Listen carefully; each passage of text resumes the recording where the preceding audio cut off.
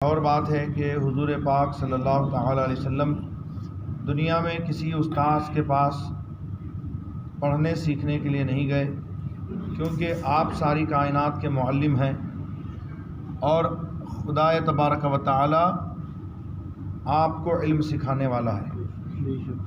لہٰذا یہ کیسے ہو سکتا تھا کہ کوئی مخلوق میں حضور کا استاد بن جائے، کیونکہ استاذ کا مرتبہ شاگرد سے بلند و بالا ہوتا ہے۔ تو اللہ تبارک و تعالیٰ کی شان رحمت کو یہ گوارا نہیں کہ کوئی میرے محبوب صلی اللہ علیہ وسلم سے اعلیٰ ہو، اس لیے فرمایا الرحمن علم القرآن، رحمان نے اپنے بندے محمد مصطفیٰ صلی اللہ علیہ وسلم کو قرآن سکھایا۔ خلق الانسان، انسانیت کی جان محمد صلی اللہ علیہ وسلم کو پیدا کیا۔ علمہ البیان، اور انہیں ما کان و ما یکون کا بیان سکھایا، یعنی جو ہو چکا اور جو ہونے والا ہے۔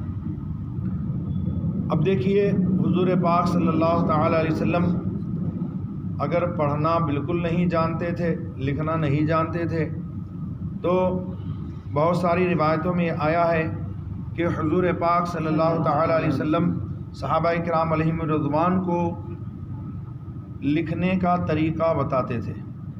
چنانچہ خرقوتی شریف قصیدہ بردہ میں معتبر کتابوں کے حوالے سے نقل کیا کہ حضور صلی اللہ تعالی وسلم اپنے صحابی کاتب وحی حضرت سیدنا امیر معاویہ رضی اللہ تعالی عنہ کو قلم ہاتھ میں لینا، دوات کا موقع پر رکھنا، با سین میم کو سیدھا کرنا، سین کو متفرق یعنی الگ الگ کر کے لکھنا، ٹیڑھا نہ کرنا وغیرہ سکھاتے تھے۔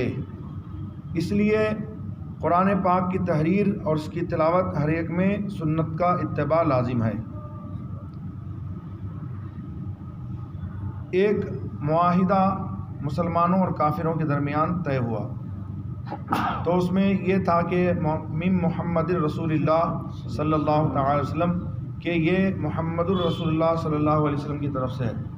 تو کفار مکہ کی طرف سے جو نمائندہ آیا تھا اس نے کہا کہ اس میں محمد الرسول اللہ مت لکھیے، بلکہ محمد بن عبداللہ لکھیے، کیونکہ ہم اگر آپ کو رسول اللہ مان لیں تو جھگڑا ہی ختم ہو جائے، ہم تو آپ کو رسول اللہ مانتے ہی نہیں ہیں، لہٰذا محمد الرسول اللہ نہ لکھیں، محمد ابن عبداللہ لکھیں۔ تو حضور پاک صلی اللہ علیہ وسلم نے حضرت علی کرم اللہ وجہہ الکریم سے ارشاد فرمایا کہ تم اس کو مٹا کر محمد الرسول اللہ کو مٹا کر محمد ابن عبداللہ لکھ دو۔ حضرت علی کرم اللہ وجہہ الکریم نے عرض کیا، یا رسول اللہ یہ میرے بس کی بات نہیں ہے کہ میں رسول اللہ کو مٹا دوں۔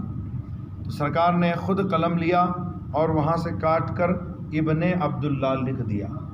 تو اگر حضور لکھنا پڑھنا جانتے ہی نہیں تھے تو آپ نے لکھا کیسے؟ تو ظاہر سی بات ہے کہ اللہ کے رسول صلی اللہ علیہ وسلم اللہ تبارک و تعالیٰ کی طرف سے پڑھائے لکھائے گئے ہیں، ان کو دنیا کے کسی استاذ کے پاس زانو ادب طے کرنے کی ضرورت نہیں ہے۔ قرآن پاک کے فضائل و فوائد، انسان میں کیا طاقت کہ اللہ تبارک و تعالیٰ کے کلام کے فضائل اور پورے فوائد پورے طور پر بیان کر سکے۔ صرف مسلمانوں کی واقفیت کے لیے چند فضائل اس میں درج کیے گئے ہیں۔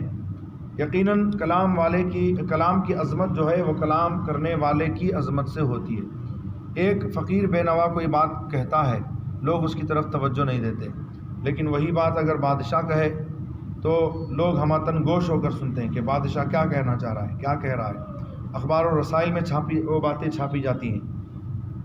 اور مثل مشہور ہے کہ کلام الملکی ملک الکلام، یعنی بادشاہ کا کلام جو ہے وہ کلاموں کا بادشاہ ہوتا ہے۔ اسی لیے امام اہل سنت امام احمد رضا فاضل بریلوی علیہ رحمۃ الرضوان کے کلام کو کہا جاتا ہے کلام الامام امام الکلام۔ اس سے پتہ لگتا ہے کہ اس کا پتہ عقل سے لگتا ہے اور تفسیریں دیکھنے سے معلوم ہوتا ہے کہ جس مفسر کی جیسی قابلیت تھی انہوں نے اپنی قابلیت اور علم کے مطابق قرآن پاک سے موتیاں چن چن کر کے نکالیں۔ اگر کوئی منطقی قرآن پڑھے تو معلوم ہو کہ پورا قرآن شروع سے آخر تک منطق ہی منطق ہے، اور کوئی فلسفی پڑھے تو یہ سمجھے کہ شروع سے لے کر آخر تک فلسفہ ہی فلسفہ ہے۔ کوئی نحو و صرف یعنی عربی گرامر والا قرآن شریف کا مطالعہ کرے تو شروع سے لے کر آخر تک وہ سمجھے گا کہ اس میں نحو و صرفی ہے۔ اگر کوئی فصیح و بلیغ قرآن کی تفسیر کرے تو ظاہر ہوتا ہے کہ شروع سے لے کر آخر تک قرآن پاک میں فصاحت و بلاغت کا ٹھاٹے مارتا ہوا سمندر موجود ہے۔ اگر صوفی قرآن شریف کی تفسیر کرے کہ معلوم ہوتا ہے کہ قرآن شریف میں علم باطنی کے دریا موجزن ہیں۔ اس سے اس نتیجے پر پہنچا جا سکتا ہے کہ قرآن میں سب کچھ ہے، لیکن جیسا اس کا شناور پہچاننے والا ویسی اس کی تحصیل یعنی حاصل کرنا۔ پھر جہاں تک سمجھنے والا سمجھے اور سمجھنے والے کی سمجھ پہنچے اور جتنی طاقت اس کی عقل کی ہو تو اس قدر وہ اس کو سمجھتا ہے۔ اس کی مثال یوں سمجھیے کہ ایک کپتان جہاز لے کر کے مسافروں کو لے کر کے گیا۔ جب وہ سفر پر سے واپس ہوا اور ساحل سمندر پر جہاز رک گیا تو لوگوں نے مسافروں سے سمندر کے حالات پوچھنے دریافت کرنے شروع کیے۔ تو مسافر ظاہر سی بات ہے وہ تو صرف پانی کے بارے میں بتائے گا کہ پانی اچھل رہا تھا، کود رہا تھا، موجیں مار رہا تھا۔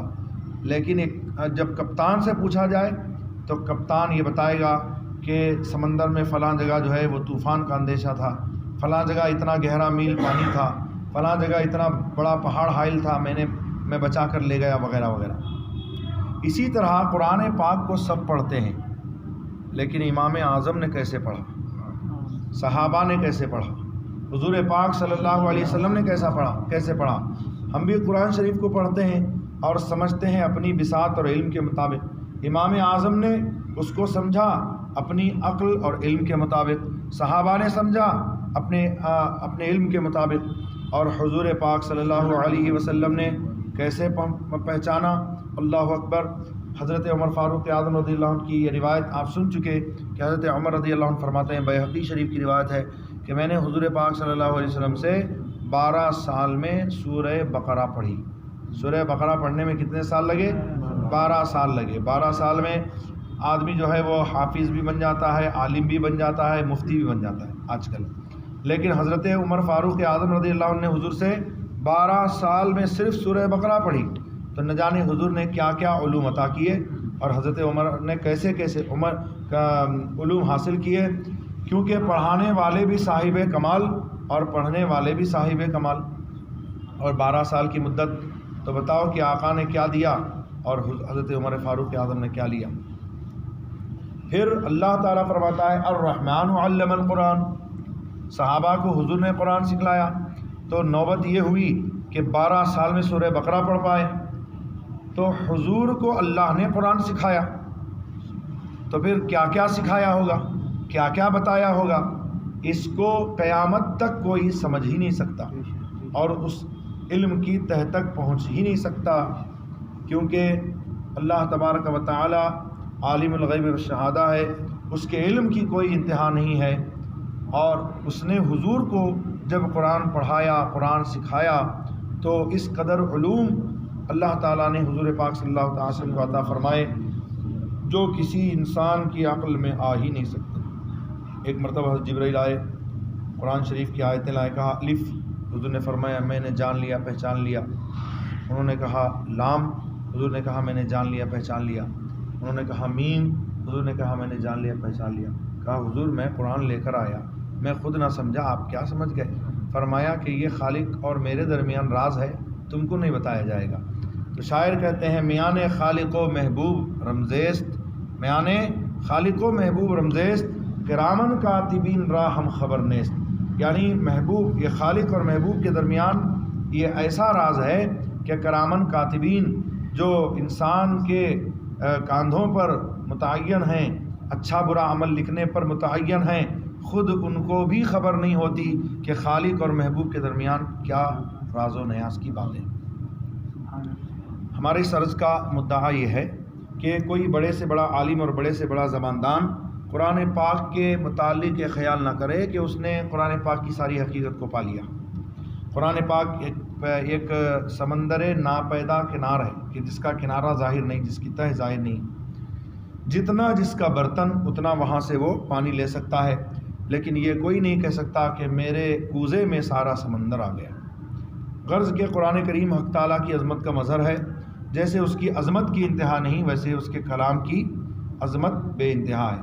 کلام اللہ بھی نام خدا کیا راحت جاں ہے، عصائے پیر ہے تیغ جواں ہے حرز طفلاں ہے۔ خیال رہے کہ تمام انبیاء کرام علیہ السلام کے معجزے قصہ ماضی بن کر رہ گئے،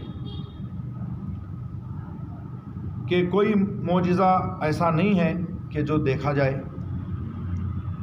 پچھلے انبیاء کرام علیہ السلام معجزے لے کر آئے تو ان کے دور تک، اس کے بعد آج اگر کوئی کسی نبی کا معجزہ دیکھنا چاہے تو وہ معجزہ موجود نہیں ہے، لیکن ہمارے آقا صلی اللہ تعالی وسلم کے بہت سارے معجزات قیامت تک باقی رہیں گے جنہیں آنکھیں دیکھیں گی۔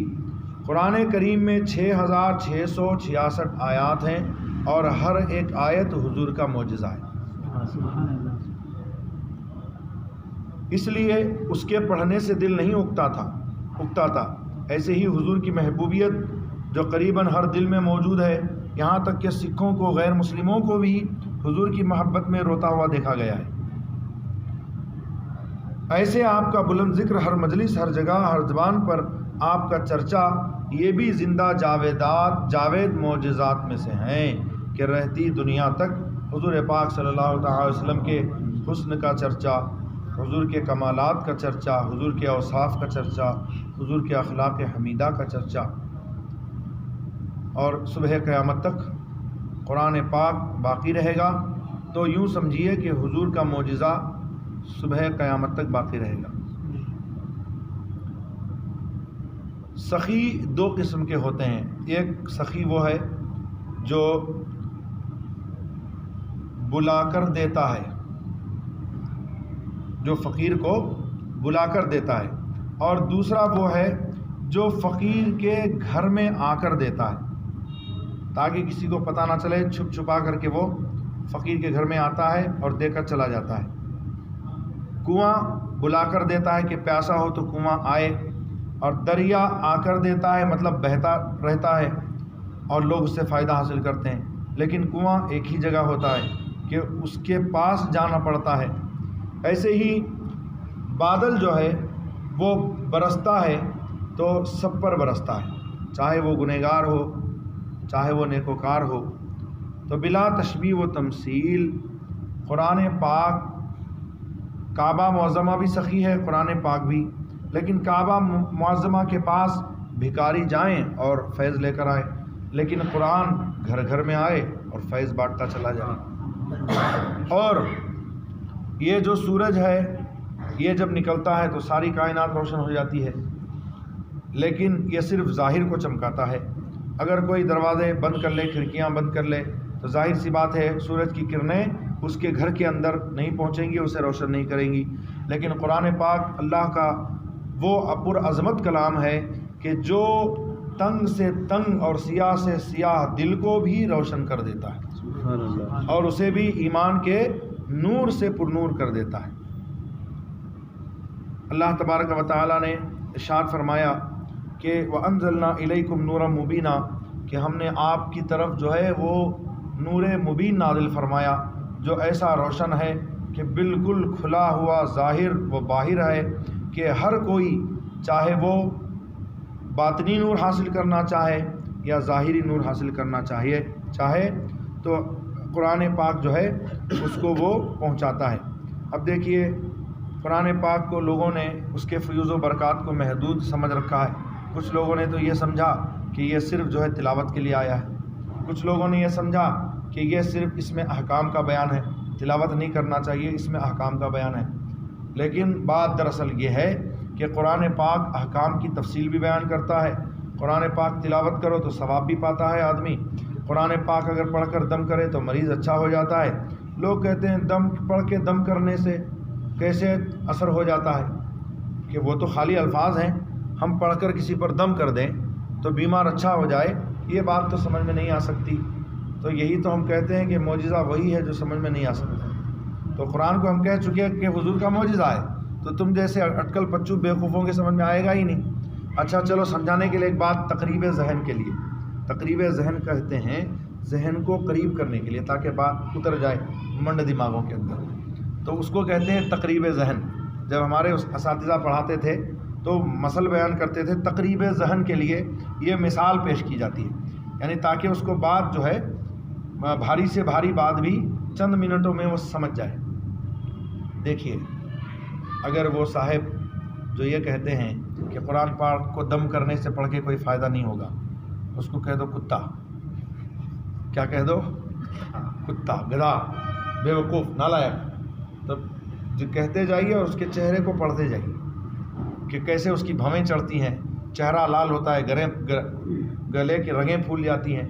ہاں مجھے کتا بولا، مجھے گدھا بولا، اب لڑنے مارنے کے لیے تیار ہوتے ہیں، ہے نا۔ نیمبو املی کا کھٹا، منہ میں پانی آتا کہ نہیں آتا۔ بریانی، بھوکے آدمی کے سامنے بریانی کا نام لے لو تو منہ میں پانی آتا ہے۔ تو یہ تو معمولی لفظوں کا کمال ہے کہ ادھر بولا ادھر اثر شروع ہو گیا۔ قرآن پاک تو اللہ کا کلام ہے، اسے پڑھ کے دم کرو تو اثر نہیں ہوگا، یقیناً ہوگا، ہے کہ نہیں۔ تو یہ کہتے ہیں تقریب ذہن، اس کو کہتے ہیں تقریب ذہن۔ اب آپ کی بات سمجھ میں آ گئی، انشاءاللہ کبھی نہیں نکلے گی۔ وما علینا الا البلاغ المبین وآخر دعوانا الحمد للہ رب العالمین۔